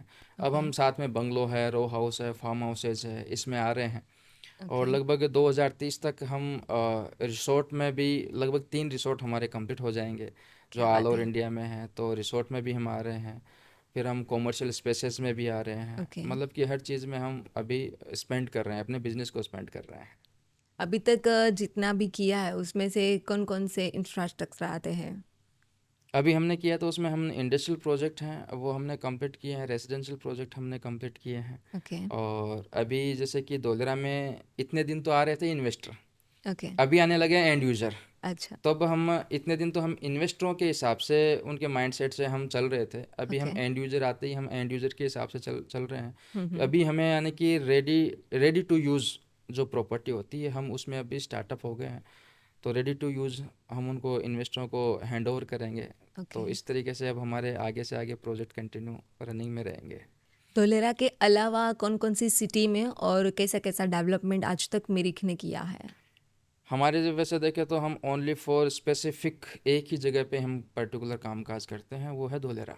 ओके। वो बोलते हैं ना, बोले मास्टर डिग्री होती है तो मास्टर डिग्री एक ही चीज़ में होनी चाहिए। या। ठीक है ना, जैसे कि एक चीज़ का हमें छोटी सी चीज़ का बहुत सारा ज्ञान हो हम्म। और बहुत सारी चीज़ों का हमें छोटा छोटा छोटा ज्ञान हो। छोटा। तो हमें सबसे ज़्यादा साइंटिस्ट किसको बोलते हैं, जिसको छोटी सी चीज़ का बहुत सारा ज्ञान हो। या। तो हम उस चीज़ में मैं बिलीव करते हैं। ओके। हम धोलेरा में ही हैं और धोलेरा में ही हमारा जैसे कि पूरा गोल धोलेरा का ही है। और धोलेरा को लेकर के हमारा बहुत बड़ा विजन है। ओके। और 2042 तक हमारे अलग अलग यहाँ पे प्रोजेक्ट्स भी आएंगे, सारी चीज़ें धोलेरा में ही होंगी अपनी। ठीक है। जी। तो अभी जैसे कि मैंने बताया, धोलेरा आपके दिलो जान में बस चुका है। जी। यहीं पे बहुत अच्छा करेंगे और इंडिया को, जैसे कि आपने बताया, एक संघाई की तरह से हम धोलेरा को रिप्रेजेंट करने जा रहे हैं इंडिया की ओर से। तो इसी के साथ ये इतनी बड़ी ऑर्गेनाइजेशन है जो आपकी मिरिक कंपनी है और इतना बड़ा आपने जो भी इंफ्रास्ट्रक्चर बनाया है, तो ये सब आप कैसे मैनेज करते हो? मैनेज करने के लिए तो देखो, इसमें एक अकेला व्यक्ति से कुछ नहीं होता है, ओके। पूरी टीम होती है। और पूरी टीम के सहयोग से ही हम कंपनी को रन करते हैं, पूरी टीम के सहयोग से ही एक कंपनी बनती है।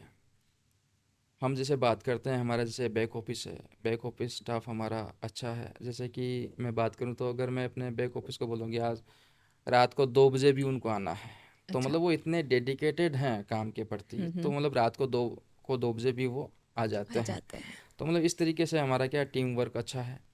फिर टेक्नोलॉजी का ज़माना है, ओके। तो हम टेक्नोलॉजी का सहयोग पूरा भरपूर सहयोग लेते हैं। सही है। जैसे कि आज के दिन में जैसे कि रियल एस्टेट में अगर किसी व्यक्ति को अगर प्लॉट बुक करवाना है हाँ। तो आप ऑनलाइन ही प्लॉट बुक कर सकते हो। या। ऑनलाइन ही अपना टोटल अकाउंट है वो चेक कर सकते हो, मेरा भाई इतने नंबर का प्लॉट है, इस प्रोजेक्ट में है, कितने बार का लिया, किस रेट से लिया, क्या सारी की बात है। सारी डिटेल्स हमारी ऑनलाइन रहती हैं। एक ओके। प्लॉट होल्डर वो सारी चीज़ें चेक कर सकता है और 100% ट्रांसपेरेंसी के साथ में हम कामकाज करते हैं। तो ये तो हो गया हमारा जैसे कि पॉइंट ऑफ व्यू हमारे जो इन्वेस्टर हैं उनके लिए, प्लॉट होल्डर्स हैं, और उनको हम टाइम टू टाइम अच्छी सर्विस भी देते हैं। इसके बाद में हमारे बिजनेस पार्टनर आते हैं। या। तो मैं थैंक्स बोलना चाहता हूँ अपने राजेश्वर जी को, अंकुर जी को, कुलदीप जी को, अपने जोशी जी को, भंडारी जी को, जो हमारे जो ये बिजनेस पार्टनर में आते हैं। ओके। उनका काफ़ी अच्छा सहयोग मिला हमें, तो क्योंकि टीम फेथ से जनरेट होती है, राइट। तो उनका जो कंपनी के प्रति जो फेथ है वो अनबिलीवेबल है। ओके। यानी कि दिन रात चाहे कैसे भी हो जाए, कंपनी है तो कंपनी, वो बोलते हैं कि कंपनी ये आपकी नहीं है, हम सबकी कंपनी है अच्छा। और ये हमारी कंपनी है। तो वो 100% डेडिकेशन के साथ में कामकाज करते हैं। ओके। और मुझे बहुत अच्छा लगता है कि जब वो इस तरीके की बातें करते हैं, इस तरीके का परफॉर्म करते हैं, और मतलब कंपनी के प्रति डेडिकेशन है ना उनका, अनबिलीवेबल। मुझे बहुत ओके। अच्छा लगता है वो चीज़। आपने जैसे बताया, आपकी टीम, आपके पार्टनर्स सभी को बहुत लगाव है अपने प्रोजेक्ट से भी और आपसे भी। जी। तो पहले तो कैसा होता है कि कोई भी इंसान अगर आते हैं तो पहले दिन से तो ऐसा नहीं होता है कि उनको इतना लगाव हो या इतना डेडिकेशन हो। जी। तो ये डेडिकेशन उनके मन में भी रहे और उनकी ओर से भी ये बहुत अच्छा प्रयास रहे, उनके लिए आपने क्या प्रयास किया था पहले? हमारा सबसे मेन पॉइंट है कि डेडिकेशन के साथ में ट्रांसपेरेंसी। ओके। हम हमारे जितने भी बिजनेस पार्टनर उनके साथ में ट्रांसपेरेंसी के साथ में कामकाज करते हैं, और कमिटमेंट। ये दो चीज़ें ऐसी चीज़ें होती हैं जो हम अपने हर जो बिजनेस पार्टनर होते हैं उनके साथ में करते हैं, तो उनको फेथ जनरेट होता है। और कंपनी ऐसा कोई काम इन्वेस्टरों को देख करके, यानी कि ऐसा मतलब हम जो कोई भी कामकाज करते हैं वो इन्वेस्टरों की तरह सोच करके ही करते हैं। ओके। जैसे कि मैं बात कर रहा हूँ कि आज मुझे कोई नई लैंड परचेज करनी है, तो हाँ। मैं सबसे पहले अपने आप को इन्वेस्टर की भूमिका में देखता हूँ ओके। कि मैं यहाँ पे प्लॉट ले सकता हूँ या नहीं ले सकता। अगर मेरा दिल गवाही देता है कि मैं यहाँ पे प्लॉट लूँगा, हम्म। ठीक है ना, तो मैं वो ज़मीन परचेज कर लेता हूँ। अच्छा। क्योंकि मुझे इन्वेस्टरों को बेनिफिट देना है। हमारी कंपनी का मेन फंडा यही होता है, इन्वेस्टर फर्स्ट। ओके। इन्वेस्टर अगर जिंदा है तो कंपनी जिंदा है। इन्वेस्टर को सही अगर है। हम कंटिन्यू बेनिफिट देते रहेंगे तो कंपनी ऑटोमेटिकली ग्रो करती रहेगी। तो ओके। हमारा मेन चीज़ होता है कि हमारे जो इन्वेस्टर होते हैं उनके प्रति से हम कामकाज करते हैं, उनका ओके। बेनिफिट हम पहले देखते हैं।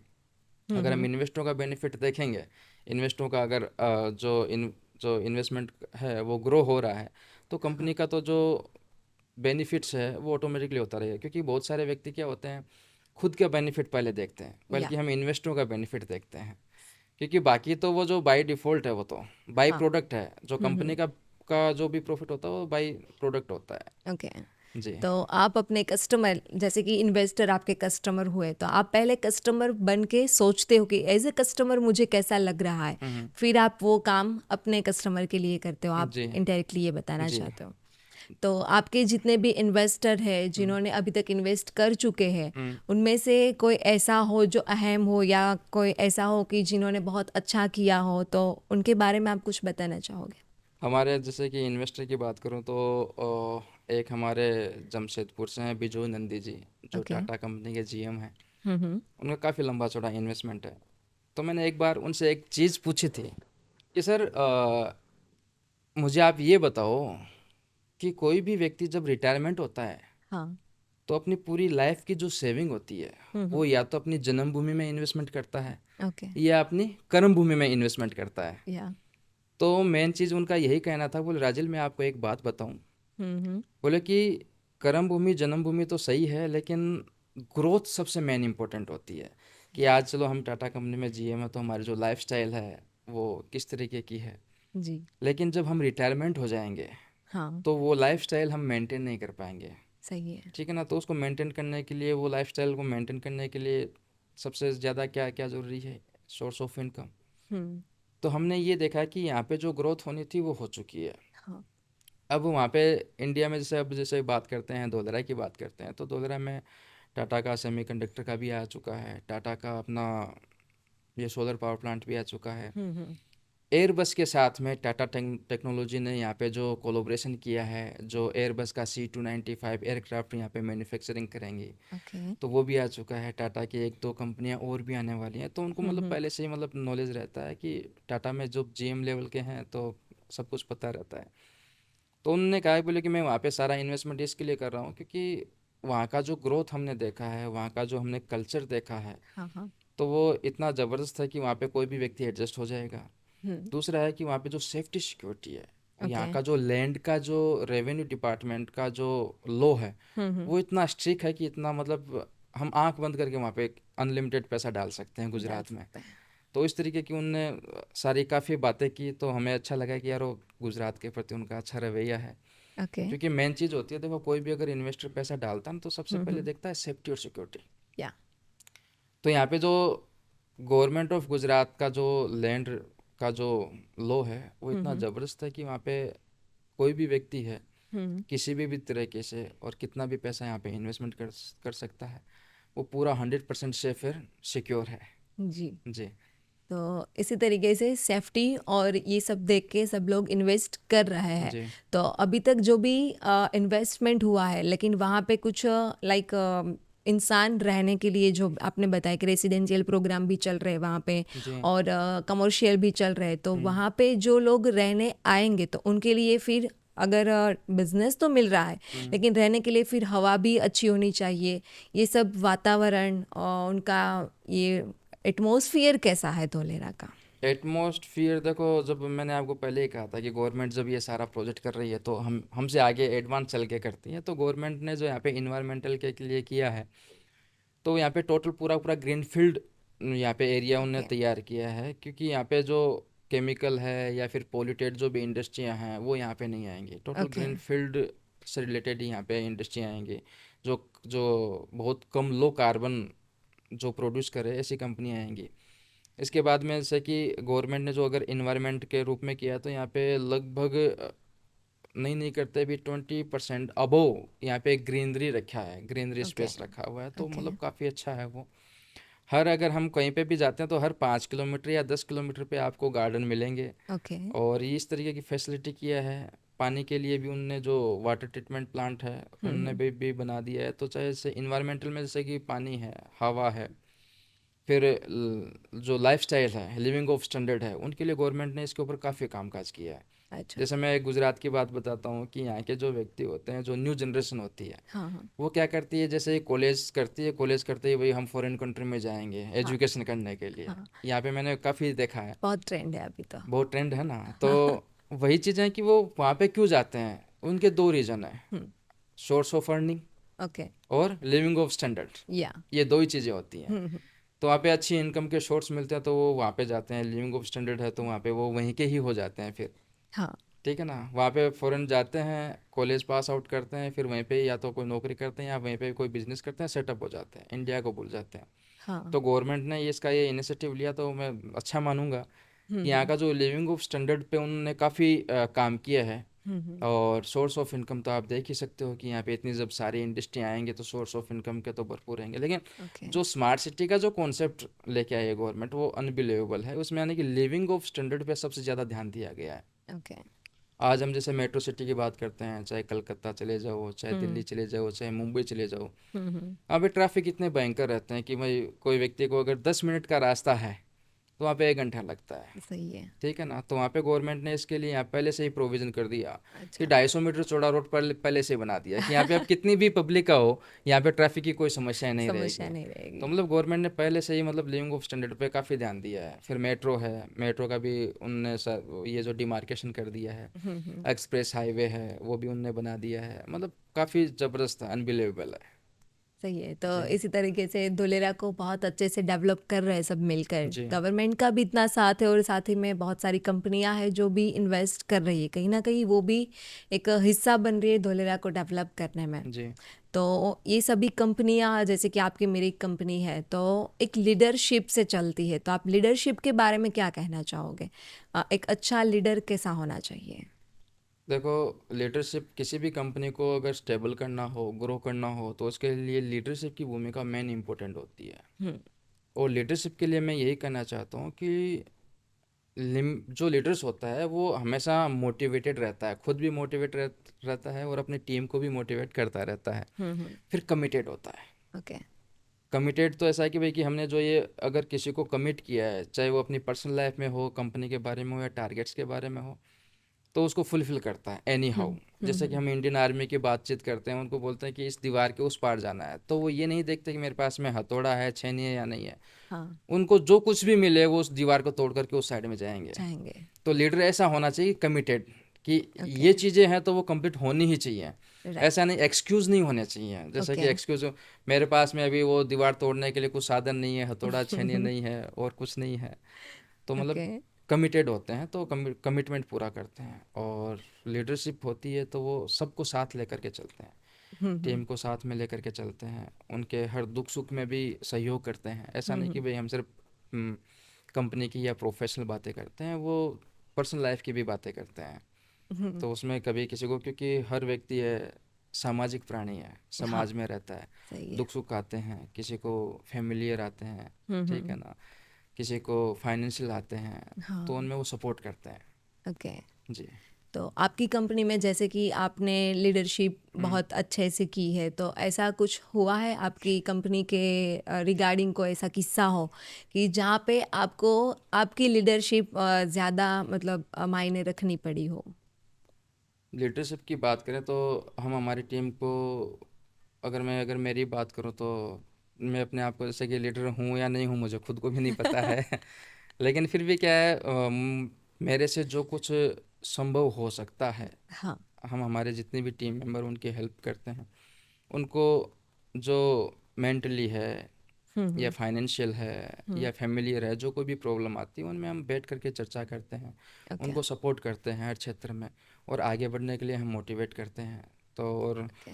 हमारे पास में ऐसे टीम मेंबर भी हैं जो हमारे बिजनेस पार्टनर हैं, जो कामकाज करते हैं। हम उनसे भी कभी कभी क्या चर्चा करते हैं, कंपनी के प्रति भी करते हैं, तो वो भी लीडर हैं। मैं ओके। अपने आप को लीडर नहीं समझता भाई, मेरे से भी बड़े बड़े लीडर हमारी टीम में हैं। ओके। तो उनसे भी हम चर्चा करते रहते हैं कि हमें आगे इन फ्यूचर में किस तरीके से प्रोग्रेस किया जाए, किस तरीके से हम आगे बढ़ पाएँ और टीम को मैनेज कैसे कर पाएँ। तो हम ओके। कंसल्ट लेते रहते हैं हमारी ही टीम मेंबरों से, क्योंकि उनको काफ़ी एक्सपीरियंस है। मुझे तो चलो 15-20 साल का एक्सपीरियंस है, लेकिन उन लोगों को 30-30, 40-40 साल का एक्सपीरियंस है। ओके। हाँ, तो लीडरशिप मेन इम्पोर्टेंट होती है। ऐसा कोई किस्सा जो जहाँ पे कोई कुछ प्रॉब्लम आई हो, लेकिन आपके हिसाब से या फिर कुछ आपके पार्टनर्स जो भी आपके लीडर्स हैं, उन्होंने इस तरीके से उन्हें टैकल किया कि वो बहुत अच्छा जाके फिर रिजल्ट मिला, ऐसा कुछ किस्सा आप अगर शेयर करना चाहोगे तो? ऐसा तो मेरे वाक़या में ऐसा तो कुछ हुआ नहीं है, क्योंकि हम इसी तरीके से स्मूथली चलते हैं, क्योंकि हम हर महीने एक महीने मीटिंग करते रहते हैं, ओके। तो उसमें आते रहते हैं। हाँ, बेशक जब कोरोना का टाइम था, क्राइसिस था चारों तरफ से, तो उस हम्म। समय हमने काफ़ी इस तरीके का हुआ, उलझन हुई, तो हमने टीम मेंबरों से बातचीत भी की सारी चीज़ें, कि हम इसको किस तरीके से कन्वर्ट करें या इसको अपॉर्चुनिटी में कैसे कन्वर्ट करें। ओके। तो उसको हम जैसे कि क्राइसिस में भी हमने उसको अपॉर्चुनिटी बना करके कामकाज किया था। ओके। क्योंकि मेरा एक सिस्टम है, उस सिस्टम में क्या है कि हम हमारे जो इन्वेस्टर होते हैं, हम्म। इन्वेस्टरों को हम क्या करते हैं, प्रोजेक्ट का प्रॉफिट शेयरिंग देते हैं। ओके। ठीक है ना। ऐसा नहीं भाई कंपनी है तो कंपनी पूरा का पूरा बेनिफिट खुद कमाती है। ओके। हम हमारे क्या है, प्रोजेक्ट का प्रॉफिट शेयरिंग हमारे इन्वेस्टरों को शेयर करते हैं। तो कोरोना के टाइम पे हमने क्या देखा कि यार वो यही समय है हम्म। जब हमें हमारे इन्वेस्टरों के साथ में होना चाहिए। ओके। तो हमने हमारे इन्वेस्टर को कंटिन्यू कोरोना में भी वो प्रोजेक्ट का प्रॉफिट शेयरिंग देते रहे, जिससे वो जो अच्छा। फेथ जनरेट हुआ, जो खुशी जनरेट हुई, वो बहुत अच्छा लगा हम्म। हमें भी। और वो वही एक ट्रम्प था जिसकी वजह से क्या कंपनी को इतनी सक्सेस मिली और और वहीं कंपनी से को फेथ ग्रोथ मिली। मिला। हाँ राइट। सो इसी तरीके से आपने बताया लीडर के बारे में, तो आज देश जो चलता है पॉलिटिक्स के हिसाब से जी। चलता है ऑलमोस्ट, तो पॉलिटिक्स में आपके हिसाब से कुछ ऐसे चेंजेस होने चाहिए? अगर मैं पॉलिटिकल की बात करूं तो देखो, कोई गवर्नमेंट कोई भी हो, सारी की सारी गवर्नमेंट एक ही चीज़ पे काम काम करती है, देश को आगे बढ़ाने में हम्म। और देश को अच्छा लाइफस्टाइल देने में, या रोज़गारी है उसको जनरेट करने में। अब ओके। जैसे कि गवर्नमेंट का ने इस बार जो इनिशिएटिव लिया बहुत ज़बरदस्त हैं, अच्छे हैं, कि उन्होंने जो फॉरेन फंडिंग वाला है, कि वह जो अपना जो फॉरेन का जो पैसा है ओके। तो वो इंडिया में आए, हाँ। इन्वेस्टमेंट हो। तो या। उसके लिए भी गवर्नमेंट ने काफ़ी सुधार किए हैं, जैसे उसमें हम्म। से एक सुधार यही है, ऐसे यार एक्ट लागू करना। हाँ। तो वो भी काफ़ी काबिल तारीफ़ है। उसके बाद में जैसे अपनी इंडिया की जो जीडीपी है, तो उसमें वो हम्म। बोलते हैं कि 3 ट्रिलियन को क्रॉस करना। तो मैं तो ओके। ऐसा बोल रहा हूँ कि कुछ सालों में ये 5 ट्रिलियन को भी क्रॉस कर जाएगी। अच्छा। हाँ। और उसके बाद में जो इंफ्रास्ट्रक्चर के ऊपर जो काम हो रहा है, हाँ। तो वो बहुत ज़बरदस्त कामकाज हो रहा है, कि उसमें हम देखते हैं कि आज हर जगह पे एक्सप्रेस वे बन रहे हैं, फिर हम्म। डीएमआईसी बन रही है, फिर जो कॉरिडोर्स हैं वो बन रहे हैं। हाँ। हाँ। स्मार्ट सिटी का जो प्रोग्राम लेके आए हैं, आई है गवर्नमेंट, वो भी बहुत ज़बरदस्त है। उससे क्या है कि हर जगह पे स्मार्ट सिटी डेवलप हो रही है, चाहे वो ओके। अर्बन डेवलपमेंट हो, चाहे ग्रीन फील्ड वाले हो। हम्म। ठीक है ना। तो ग्रीन फील्ड के ऊपर भी गवर्नमेंट ने काफ़ी काफ़ी कामकाज किया है। ओके। जैसे मैंने देखा कि गवर्नमेंट कामकाज करती है कि हम अगर सिटी के पास में अगर कोई सिटी बनाते हैं, हम्म। तो हर सिटी के पास में क्या होती है, उपजाऊ ज़मीन होती है। हाँ। तो अगर वो सिटी डेवलप होती है तो उपजाऊ ज़मीन ख़त्म होती है, तो खाद्यान्न की समस्या इन फ्यूचर में आ आ सकती है। सकती है। तो गवर्नमेंट ने ऐसी जगह फाइनल की जहाँ पे कोई फसलें नहीं होती हो, ओके। जहाँ पे एग्रीकल्चर का वर्क नहीं होता हो। हम्म। तो इस तरीके की गवर्नमेंट ने वो अर्ब जो लैंड है वो हम्म। चिन्हित की, और उसके बाद में वहाँ पे सिटी को डेवलपमेंट किया, क्योंकि वहाँ पे आएगी तो ओके। मतलब कि जो उपजाऊ ज़मीन है वो अपने ऐसे कैसे ही पड़ी रहेगी। तो हाँ। वहाँ पे फसलें कंटिन्यू होती हैं। मतलब गवर्नमेंट के जो भी विचार हैं वो बहुत ज़बरदस्त हैं, और जबरदस्त है। बहुत आगे तक का सोच करके गवर्नमेंट कर रही है। हम्म। और जो इंफ्रास्ट्रक्चर की मैं बातचीत करूं, कि पहले जो इंडिया का पैसा बाहर जाता था, ओके। कि यार वहाँ पे लाइफ स्टाइल अच्छी है, हम्म। ग्रोथ अच्छी है, हाँ। तो आज मैं देखता हूँ कि जस्ट उल्टा हो गया है। अभी फॉरेन की में जो भी एनआरआई है लोग हैं, वो हाँ। इंडिया में इन्वेस्टमेंट कर रहे हैं, और इन्वेस्टमेंट अच्छा कर खासा रहे हैं। इन्वेस्टमेंट कर रहे हैं। अच्छा। जी। आपके ध्यान में कोई ऐसा हो जो फॉरेनर इन्वेस्टर हो और उन्होंने बहुत अच्छा अगर धोलेरा में या यहाँ पे कोई किया हो? हमारे जैसे कि इन्वेस्टर की बातचीत करूँ तो 8 कंट्री से हमारे पास में आज के दिन इन्वेस्टर हैं, ओहो। जो अदर स्टेट के हैं, साउथ के भी हैं, जो अच्छा। यूएसए बेस्ड हैं, फिर अपने मिडिल ईस्ट में है, फिर नॉर्थ इंडिया में है। काफ़ी ऐसे इन्वेस्टर हैं जो ओके। फॉरेन में रहते हैं, और उनने इस स्कोप को देखा है। जैसे मैं आपको एक वाकया बताऊं कि मेरा एक दोस्त था यहाँ पे सूरत में, तो मैंने उनको धोलेरा के बारे में अच्छा खासा बता रखा था। अच्छा। मैकेनिकल इंजीनियर रिटायरमेंट थे वो। अच्छा। तो उसके बाद में जब वो आए मिले, हमने उनको बताया, अच्छा खासा बताया, तो उसको कुछ ऐसा, वो ये ना घर की मुर्गी दाल बरा बोल तो फेथ नहीं होता। हाँ हाँ। उसका बेटा था वहाँ पे लंदन में। अच्छा। तो लंदन से उनने फ़ोन किया था, बोले कि पापा अपने गुजरात में ऐसे एक सिटी डेवलप हो रही है। उनने कुछ ब्लूमबर्ग चैनल था उसमें देखा होगा, ओके ओके। लगभग 2012-13 की बात है। हम्म। तो उसमें उसका चल रहा था। तो ब्लूमबर्ग चैनल में देखने के बाद मैंने पापा को फ़ोन किया, बोले पापा ऐसा ऐसा स्मार्ट सिटी डेवलप हो रहा है अपना गुजरात में, हम्म। तो उसका कैसा है मुझे बताओ। अच्छा। तो वो जो मेरा दोस्त था वो मेरे पास में आया, आकर के पूछा, बोले राजिल भाई वो बताना ज़रा क्या है। मैंने कहा क्यों, अब क्या हुआ। बोले बोले अभी लंदन से मेरे बेटे का फ़ोन आया था, बोले ऐसी ऐसी चीज़ है। तो मैंने उनको हम्म। बताया, मैंने कहा आपको बताए हुए है, टोटल टोटल समझ के उन्होंने काफ़ी लंबा चौड़ा यहाँ पे फिर इन्वेस्टमेंट किया हमारे साथ में। अच्छा। हाँ, तो ऐसे तरीके से जो आज बिलीव नहीं करते हैं धोलेरा पे, लेकिन घूम फिर के फिर वो धोलेरा पे ही आते हैं और अच्छा खासा इन्वेस्टमेंट करते हैं, ये करते भी करते आपके एक्सपीरियंस में जी। आया है। तो इसी तरीके से अगर आप जो भी यंग बिजनेसमैन आ रहे हैं अभी, जो नए जनरेट हो रहे हैं हमारे देश में, हमारी गुजरात में, उनके लिए आप कुछ टिप देना चाहोगे? अभी तक क्या, अभी तो हम बोलते हैं एंटरप्रेन्योरशिप वाला जो आजकल जो सेगमेंट है वो ज़्यादा अच्छा चल रहा है और होना भी चाहिए। क्योंकि हर व्यक्ति क्या है, ग्रोथ करने के लिए एम्प्लॉयमेंट इतने कहाँ मिलेंगे, क्योंकि गवर्नमेंट भी है, गवर्नमेंट कितनों को नौकरी दे पाएगी। तो हाँ। उनके लिए ये है कि हमें खुद को ही खड़ा होना पड़ेगा और बिजनेस खड़ा करना पड़ेगा। और बिजनेस खड़ा करने के लिए ये है, बहुत सारे बंदे आते हैं वो 1 साल 2 साल 3 साल में फेल हो जाते हैं। हाँ। लेकिन फेलियर जो होती है ना, वो उनका फर्स्ट स्टेप होता है। या। ऐसा नहीं कि हम आज, जैसे कि आज 14 साल हो गए हैं, तो ऐसा नहीं कि हमारे सामने भी फेलियर नहीं आए, फेलियर काफ़ी आए हैं। Of course. ठीक है ना, हम 5 से 7 बार 8 बार 9 बार 10 बार भी फेल हुए हैं, लेकिन जी हर जी। बार फेल नहीं होते हैं। ठीक है सही ना। बात है। अब बहुत सारे हैं तो फर्स्ट अटेम्प्ट में, सेकंड में, थर्ड में अगर फेल होते हैं तो फिर वो अपना रास्ता अलग चुन लेते हैं। या। बल्कि रास्ता तो फर्स्ट एक ही होना चाहिए कि भाई मुझे इस सेक्टर में आगे बढ़ना है। हम्म। और उस सेक्टर में आगे बढ़ने के लिए सबसे पहले इम्पोर्टेंट होता है उसका नॉलेज। राइट। 100% उस चीज़ का नॉलेज लो, हम्म। उस पर अपनी स्किल को डेवलप करो, ओके। और उसके बाद में वहाँ पे दृढ़ता से टिके रहो। हम्म। जैसे कि बोलते हैं ना, कंसिस्टेंसी, हाँ। उस पर कसस। कंटिन्यू कंसिस्टेंसी से कामकाज करो और 100% डेडिकेशन के साथ में कामकाज करो। ये मेन चीज़ इम्पोर्टेंट होती है। हार्ड ओके वर्क है, कंसिस्टेंसी है, ओके। फिर अपना ये डेडिकेशन है, ये मेन इम्पोर्टेंट होती है। हम्म। क्योंकि कंसिस्टेंसी बहुत ज़्यादा ही ज़रूरी होती है। ओके। जैसे कि अभी मेरे साथ में बहुत सारे मेरे कलीग थे, वो कामकाज कर रहे थे धोलरा में, हम्म। लेकिन हम पैसों के लिए कामकाज नहीं करते हैं। हम सही है। हमारी जो टारगेट्स होते हैं, गोल्स होते हैं, उनके लिए कामकाज करते हैं। जी। तो वैसे ही है, हर एंटरप्रेन्योर को अपने गोल्स के लिए कामकाज करने हैं। हम्म। और गोल्स के कामकाज करने के लिए यही है कि वो जो रास्ता चुनते हैं, फेलियर आएगी ही आएगी। ये एक सिक्के के दो पहलू हैं। जी। धूप है तो धूप के साथ छाँव चलेगी चलेगी। चलेगी। ठीक है ना।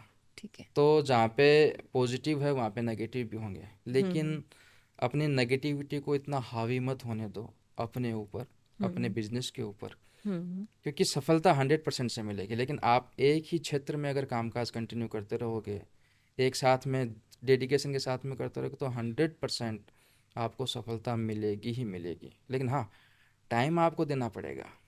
क्योंकि सही अगर है। महल खड़ा करना है तो उसमें आपको लॉन्ग टाइम देना ही पड़ेगा टाइम पड़ेगा। तो लगेगा। कोई भी बिजनेस सेटअप होता है तो लगभग 4 से 5 साल को आप उसको देना पड़ेगा। देना ऐसा नहीं कि भाई पड़ेगा। मैं आज बिजनेस स्टार्ट किया और इसी साल से मुझे बेनिफिट प्रॉफिट मिलना मिला। लगे, प्रॉफिट मिलना लगे, ऐसा कभी नहीं है। हम्म। आपको यानी कि पहले साल में सर्वाइव हो पाओगे, नेक्स्ट ईयर हम्म। में भी सर्वाइव हो पाओगे, थर्ड ईयर में भी सर्वाइव हो पाओगे, लेकिन उसमें अपने आप को इम्प्रूवमेंट भी करना है, अपने आप को डेवलप भी करना है, नई स्किल भी सीखनी है जो हमारे बिजनेस से रिलेटेड हो। हम्म। और उसके बाद में 5 साल के बाद में अगर कोई भी प्रोजेक्ट खड़ा करते हो ना, तो 5 साल के बाद में आप सोचो कि अब मैं इससे बेनिफिट कमाऊंगा। सही है। पहले तो यानी कि 4-5 साल तो आप ऐसा समझ के चलो, no loss no profit. Right. इसी थिंकिंग पे अगर काम काज करोगे तो आप बिजनेस को बड़ा कर पाओगे, तब आपके सपने पूरे होंगे। मतलब जी, कि जितना दोगे उतना पाओगे उतना आप। पाओगे। सही है। तो अब आज तक जितनी भी हमने बात की आज, उनमें से कई सारे सवाल मैंने किए, कई सारे जवाब आपने खुद से भी दिए, बहुत सारी हमारी बातचीत हुई। अगर ऐसा कुछ हो जो आपको बताना चाहते हो आप, और मैंने नहीं पूछा या फिर हमारा वो टॉपिक नहीं निकला, तो आप बता सकते हैं। तो मैं तो यही है, जैसे बहुत सारे व्यक्ति बोलते हैं अभावग्रस्त जिंदगी, कि यार मेरे पास में आज मैं सफल होना चाहता हूँ, हम्म। लेकिन मेरे पास में वो ऐसा प्लेटफॉर्म नहीं है। हम्म। ठीक है ना, फंडिंग की कमी है, हाँ। सपोर्ट की कमी है, ये चीज़ें होती हैं। तो लेकिन ये क्या होते हैं, एक्सक्यूज़ होते हैं। हम्म। अगर आप अपना एम्पायर खड़ा करना चाहते हो तो सिर्फ एक ही चीज़ है, मन में धारणा बनाओ, डेडिकेशन के साथ में काम काज करो, कंसिस्टेंसी के साथ में काम काज करो, आप 100% सफल होंगे होंगे। जैसे हम्म। मैं बात करूं तो मेरे फादर हैं, वो गवर्नमेंट एम्प्लॉय थे। अच्छा। हर पिता होता है, कोई भी पिता होता है, वो अपने फैमिली को खुश रखने की कोशिश करता है जहाँ तक अच्छे हो। हम्म। लेकिन उसमें क्या है, एक तो होती है नीड होती है और एक होते हैं सपने पूरे होते हैं। तो उससे क्या है, हमारी नीड ही पूरी सही नहीं हो पा रही थी। तो उस समय से मुझे ऐसा था कि कुछ ऐसा बड़ा किया जाए जिससे नीड हम्म। के हमारे सपने भी पूरे हों। हम्म। उस समय से हमें ये ऐसा लगा कि भाई कि हमें कुछ बहुत आगे बढ़ कर के कुछ करना है। और तो उसके बाद में हमें क्या है, बिजनेस करने की ठाने। हम्म। और बिजनेस करने में क्या है, काफ़ी तकलीफें भी हुई। अभाव जो बोलते हैं ना, पैसा है और है, सारी चीज़ें हैं। हाँ। अब बहुत सारे जो एंटरप्रेन्योर बोल रहे हैं हमारे पास फंडिंग की कमी है। मैं बोलता हूँ कि आपके पास में एक अच्छा आइडिया हो, ठीक है ना, और हाँ। आप उस पर 100% कॉन्फिडेंट हो, ओके। और आपका उसमें 10 साल का विजन हो, हम्म। तो आपके पास में फंड की कोई कमी नहीं रहेगी। अच्छा। क्योंकि हर बड़ा इन्वेस्टर यही सोचता है कि हम चलो इसमें अगर इन्वेस्टमेंट करते हैं तो अगले व्यक्ति का विजन क्या है। हम्म। तो विजन के ऊपर आप, अगर सफल विजन है आपका, लॉन्ग टाइम का विजन है, तो हर कोई व्यक्ति आपको, जैसे फंड की कमी कभी भी किसी भी एंटरप्रेन्योर को कभी नहीं होती है। उसका विजन क्लियर होना चाहिए। फिर कई व्यक्ति होते हैं जैसे 45 अबव या 50 अबव, वो अभी नया हम्म। एंटरप्रेन्योरशिप में आना चाहते हैं, नया हाँ बिजनेस हाँ। खड़ा करना चाहते हैं। कभी कभी उनके मन में एक भाव आता है कि यार मेरी एज ज़्यादा हो गई, हाँ। अभी मैं नहीं करना चाहता। अच्छा। बल्कि उनको ऐसा कभी नहीं सोचना चाहिए। काम करने के लिए जोश, जुनून और जज्बा चाहिए। ठीक है ना, उम्र नहीं उसमें वो देखी एज जाती। कभी इम्पेक्ट नहीं करती है। सही है। जैसे आप सैंडर्स को जानते हो, केएफसी हम्म। वालों को। हम्म। उन्हें लगभग 60 ईयर के अबोव में जा कर के उन्होंने ये जो मैकडोनाल्ड का जो चैन है, सॉरी सॉरी, ये अपना केएफसी है, हम्म। केएफसी को चालू किया था। ठीक है ओके। ना, वो अपना कैप्टन सैंडर्स थे, हाँ। यूएसए के। तो उसमें मतलब एज फैक्टर कोई काम नहीं करता है। हम्म। आप में अगर जोश जुनून है, आगे बढ़ने की क्षमता है, तो आप किसी भी एज में आप काम स्टार्ट कर सकते हो। सही बात है। So Rajiv ji, thank you so ji, much. आज आप इस प्लेटफॉर्म पे आए हैं, आपने बहुत सारी ऐसी बातें बताई जो आपके जीवन की है, जो हमारे लिए भी बहुत अच्छी काम लगने वाली है, और आगे जाके जो भी बिजनेसमैन आ रहे हैं उनके लिए भी बहुत काम लगने वाली है। So thank you so much, दिल से आपका हम सभी दिव्य भास्कर की टीम आभार मानते हैं, आप यहाँ पे आए और हमारे साथ इतना सारा शेयर किया। So thank you very much. Thank you ma'am.